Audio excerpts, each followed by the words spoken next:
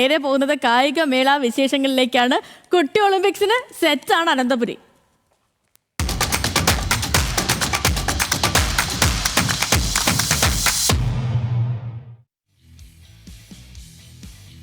അങ്ങനെ 67ാമത് സംസ്ഥാന സ്കൂൾ കായികമേളയ്ക്ക് ഇന്ന് കൊടിയേറാൻ പോവാണ്. ഒളിമ്പിക്സ് മാതൃകയിൽ നടക്കുന്ന നമ്മുടെ സംസ്ഥാനത്തെ രണ്ടാമത്തെ സ്കൂൾ ഒളിമ്പിക്സ് ആണിത്.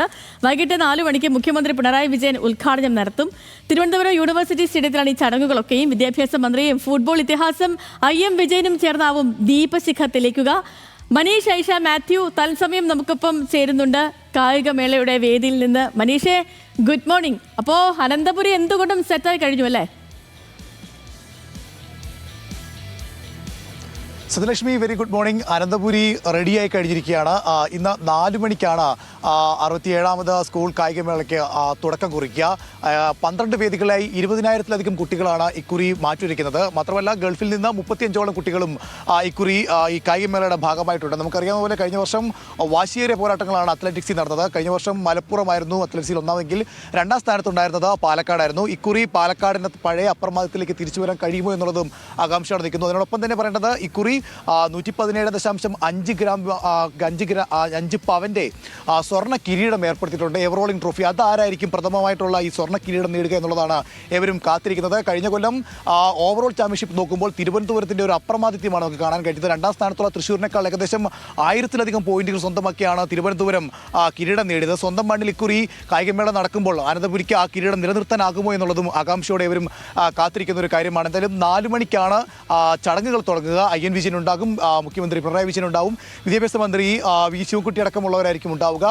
കുട്ടികളുടെ, അതായത് കായിക താരങ്ങളുടെ നേതൃത്വത്തിലുള്ള മാർച്ച് പാസ്റ്റ്, അതുപോലെ തന്നെ കലാപരിപാടികളൊക്കെ തന്നെ കൊണ്ടാണ് ഇവിടെ അരങ്ങേറുക. ഇപ്പം ചെറിയ രീതിയിൽ നോക്കുകയാണെങ്കിൽ ഒരു മഴക്കാരൊക്കെ അനന്തപുരിയിലുണ്ട്. ഇപ്പോൾ ഉണ്ടെങ്കിൽ പോലും മനീഷിന്റെ ഫ്രെയിമിൽ തന്നെ ബാക്കിലൊക്കെ നല്ല അത്യാവശ്യം വെള്ളമൊക്കെ ഉണ്ട്. അപ്പം ഈ ട്രാക്കിലൊക്കെ വെള്ളമുണ്ടോ? അത് എന്തെങ്കിലും പ്രശ്നമാവോ?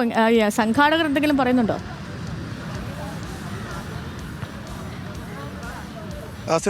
സേതുലക്ഷ്മി, അത്തരത്തിലുള്ള ആശങ്കകളൊന്നും തന്നെ ഇല്ല. അതായത് ഇപ്പോഴുള്ള വെള്ളമൊക്കെ മഴ പെയ്തില്ലെങ്കിൽ അത് മാറ്റാവുന്നത് മാത്രമേ ഉള്ളൂ എന്നുള്ളതാണ്.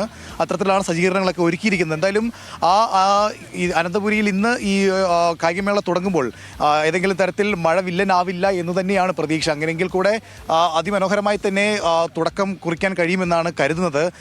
രാവിലെ മുതൽ ഇരുണ്ട് മൂടിയിട്ടുണ്ടെങ്കിൽ പോലും ഒരു കായികമേളയുടെ ആവശ്യത്തിലൊക്കെ തന്നെ മഴയ്ക്ക് നമുക്ക് വേണ്ടി മാറി നിൽക്കാമെന്ന് തന്നെ പ്രതീക്ഷിക്കാം. എന്തായാലും ഒരുക്കങ്ങളൊക്കെ തന്നെ പൂർത്തിയായി കഴിഞ്ഞു. നമ്മൾ ഈ കാണുന്ന യൂണിവേഴ്സിറ്റി സ്റ്റേഡിയത്തിലാണ് ഉദ്ഘാടന പരിപാടികളൊക്കെ നടക്കുക. മത്സരങ്ങളും ഇവിടെ തന്നെ ആയിരിക്കും നടക്കുക. ഏകദേശം 12 വേദികളിലായിട്ടാണ് മത്സരങ്ങൾ നടക്കുക.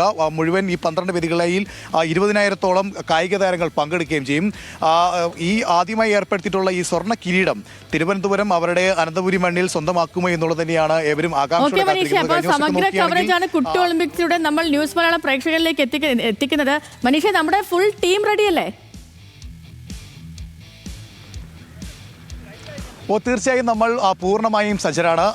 ഇന്നിപ്പോൾ 4 മണി മുതൽ തന്നെ നമ്മൾ പൂർണ്ണമായും, അതായത് കായികമേളയുടെ ഓരോ ഘട്ടത്തിലുള്ള അപ്ഡേഷൻസും നമ്മുടെ ഭാഗത്തു നിന്നുണ്ടാകും. അത് വിജയികളാണെങ്കിലും എല്ലാ തരത്തിലുള്ള സജ്ജീകരണവും ന്യൂസ് മലയാളത്തിന്റെ ഭാഗത്തു നിന്നും തയ്യാറായി കഴിഞ്ഞിരിക്കുന്നു. ന്യൂസ് മലയാളം സംഘം ഇന്നലെ രാത്രി തന്നെ ഇവിടെ എത്തിയിട്ടുണ്ട്. ഇന്ന് മുതൽ എല്ലാ സജീവത്തിലും എല്ലാ ബുള്ളറ്റിനുകളിലും നമ്മുടെ കൃത്യമായ അപ്ഡേഷൻസ് അടക്കം പാപ്പനും സംഘവും അവിടെ ഉണ്ട്. കറക്റ്റായിട്ട് എല്ലാ വാർത്തകളും അപ്പോൾ പ്രേക്ഷകരിലേക്ക് എത്തിക്കുകയും ചെയ്യും കുട്ടി ഒളിമ്പിക്സിലൂടെ.